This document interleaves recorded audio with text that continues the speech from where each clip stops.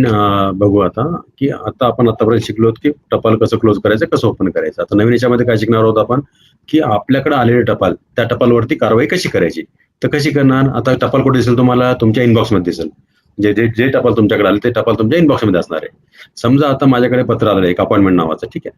आता मला हे पत्र जे आहे, मी समजा डेस्क ऑफिसर आहे किंवा सीआरयूचा हेड आहे डिपार्टमेंटचा. माझ्याकडे पत्र आलं तर मला काय करायचं, समजा हे पत्र खालच्या लोकांना पाठवायचं किंवा माझ्या सिनियरला पाठवायचं. कसं पाठवणार मी, त्या पत्राला ओपन करणार, ठीक आहे.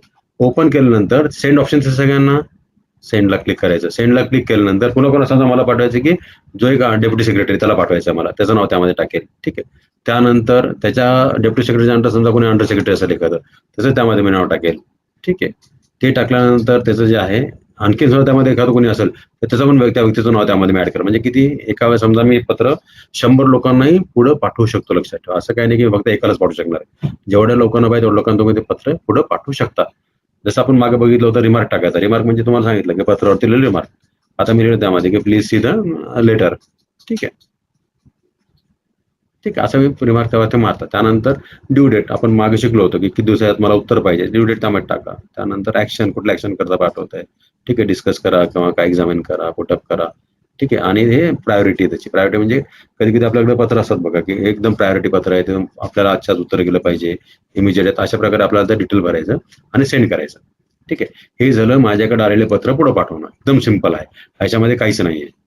म्हणजे सीआययूने लेटर मला पाठवलं, माझ्याकडे आलं इनबॉक्समध्ये, मी त्याला ओपन केलं, ओपन करून पत्र वाचलं आणि मला वाटलं की पत्र माझ्या डेप्युटी सेक्रेटरीकडे जायला पाहिजे, ठीक आहे. आणि त्याच्यानंतर अंडर सेक्रेटरीकडे त्याला मी कॉपी पाठवली.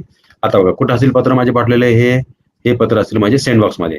कळलं सगळ्यांना, बघा 3 आले याच्यामध्ये. 3 का आले, कारण की पत्र मी 2 मध्ये एकाला पाठवलं होतं, ठीक आहे. बघा दिसतं सगळ्यांना, मोठं कर थोडं याच्यामध्ये. बघा कुठलं पत्र याच्यामध्ये तुमचं अपॉइंटमेंटचं, 8131/2023/ फायनान्स डिपार्टमेंट, फायनान्स सेक्शन केलं, ठीक आहे. त्यानंतर 8131, ठीक आहे, इन ब्रॅकेट 1 दिसतं. त्यानंतर पुढच्यावरती 8131/2. याचा अर्थ काय, की हे पत्र आपण ते 1 आणि 2 ला सीसी मध्ये पाठवलेलं आहे. कळलं सगळ्यांना, त्याचा अर्थ की हे दोन्ही पत्र मी सीसी मध्ये पाठवलं. आता समजा पाठवल्यानंतर घाबरायची गोष्ट, समजा मला वाटलं की हे पत्र मी चुकून पाठवलं, ठीक आहे. हे पत्र परत मला वापस मागायचं. कसं मागणार, तुम्हाला मागच्या सांगितलं होतं, आपल्याकडे फुल बॅकचं ऑप्शन आहे. त्या फुल बॅकला क्लिक केलं तुम्ही की ते पत्र तुमच्याकडे रिमार्क टाकल्यानंतर ऑटोमॅटिकली परत तुमच्या इनबॉक्समध्ये ते पत्र येऊन जाईल. अशा प्रकारे आपण हे पत्र, माझ्याकडे आले पत्र पुढे पाठवलं, चुकून पाठवलं पत्र परत फुल बॅक करून घेतलं, ते पत्र येऊन परत माझ्या इनबॉक्समध्ये मला मिळालं. क्रिएट बॉक्स आपण त्यामध्ये बघितला, ठीक आहे, क्रिएटेड मध्ये आलं पत्र माझ्या.